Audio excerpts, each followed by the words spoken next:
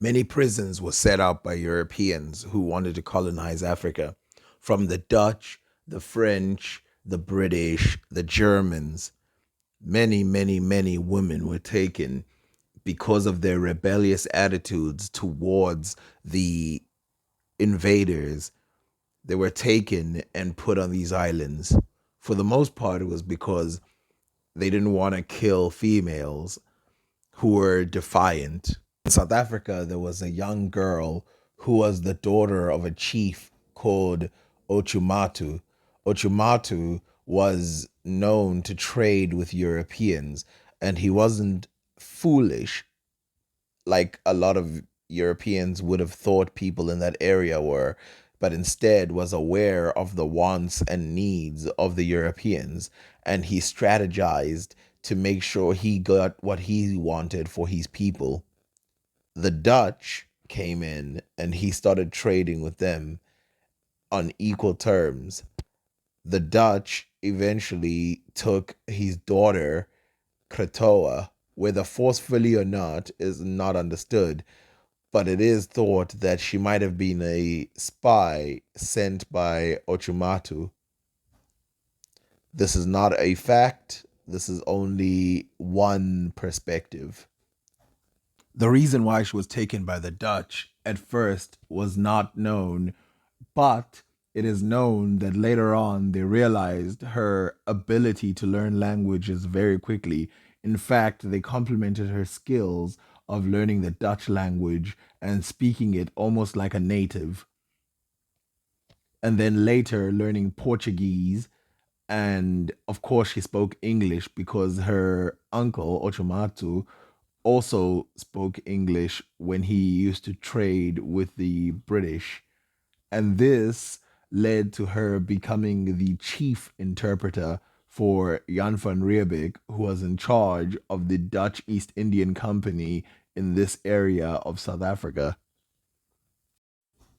As an interpreter for multiple languages, she introduced some new words to the Dutch dialect of South Africa. And doing this, you can find certain words in Dutch, in South African Dutch called Afrikaans, which is words that obviously appear from other languages. An example of this is the word mugu, which means idiot. And if you compare it to the West African word mugu, which means idiot, as chief interpreter, she had a lot of things that she could do. One of them was to always play certain games. So she became a diplomat and she would basically say things the way that she wanted things to be, maybe embellish, maybe just play a little with the words.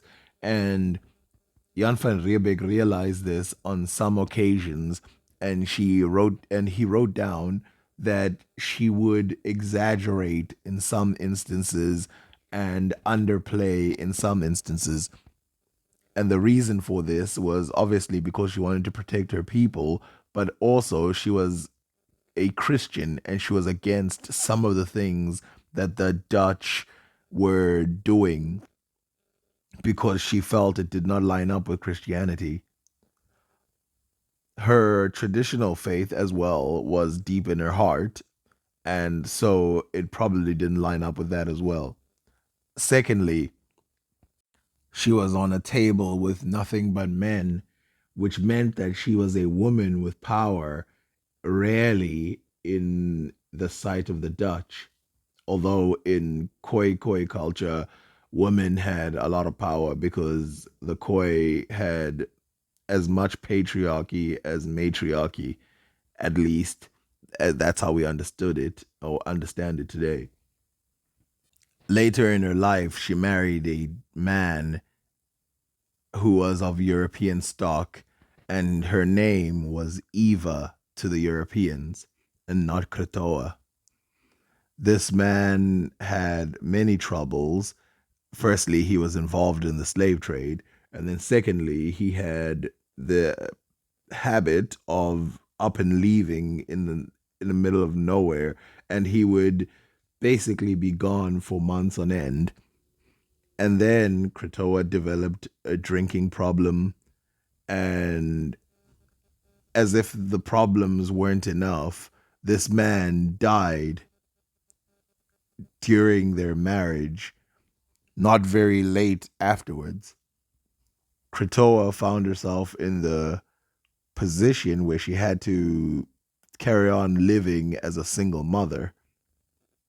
But worse than this is that she had developed habits that weren't exactly lining up with her traditional point of view. For example, she had 4 kids out of wedlock, and she was thought to be promiscuous as a woman. And also, she developed this drinking habit, which got her arrested and then shipped off to Robben Island. And she was brought back at some point, but then later she went back to Robben Island because she just carried on doing what she was doing. Her role as this interpreter and also this diplomat who played the Europeans in order to save her people gave her a spot in history, and also the fact that she developed a more African type of language, which today we call Afrikaans, is a big and significant part of what happened. The Khoisan had a tragic end, but this is not part of her story. Kratoa was born in 1643 and died in 1674. Her husband died in Madagascar in a fight. Speaking of Madagascar, the next person we have is a queen from Madagascar who, unlike Kratoa, successfully parried off the French. Queen Ranavalona the first, who took over for her husband who died an early death. This husband was actually a successful war king as he united a large part of Madagascar, actually 2/3 of the island of Madagascar. But unfortunately, his health failed him because he was a drunk, mimicking Kratoa, which is why I put her first. I must state that it is not typical for a woman to take over. Usually it's the eldest son that takes over. But this queen decided that she wanted to be in charge. And given that most of the people who were in the high court agreed with her, she was in the prime position to be really the next heir. And it actually happened. And she changed her name to Ranavalona. And the reason why she did this was obviously because she wanted to have a new identity. Earlier in her 33-year reign, she took baby steps to try and distance herself from the European traders so that she could have complete control over that type of trade. And she actually succeeded in some ways. She tried to forbid the practice of Christianity among the Malagasy population, which, we don't know how successful that is, considering that there's a lot of people who are Christian in Madagascar right now. And that she tried to push away the influence of the Europeans, which that was a little bit successful because they did have a receding power. And of course, um, she put an end to most of foreign trade, and she was a very big isolationist. And she was also very good in military because she set up military campaigns in her own country, seizing power left, right, and center. She was nobody to play with. As proof of this, the Europeans who wanted to colonize and inhabit this great island, having already conquered some islands on the side, wanted to take over and have more control of this area, but this queen refused. And so they thought the only way that they could be successful in this endeavor was if they killed this woman and inserted the so-called rightful heir Radama II. One of the things that particularly pissed off the European traders was that she cut off a trade agreement that they had with Radama, the first king.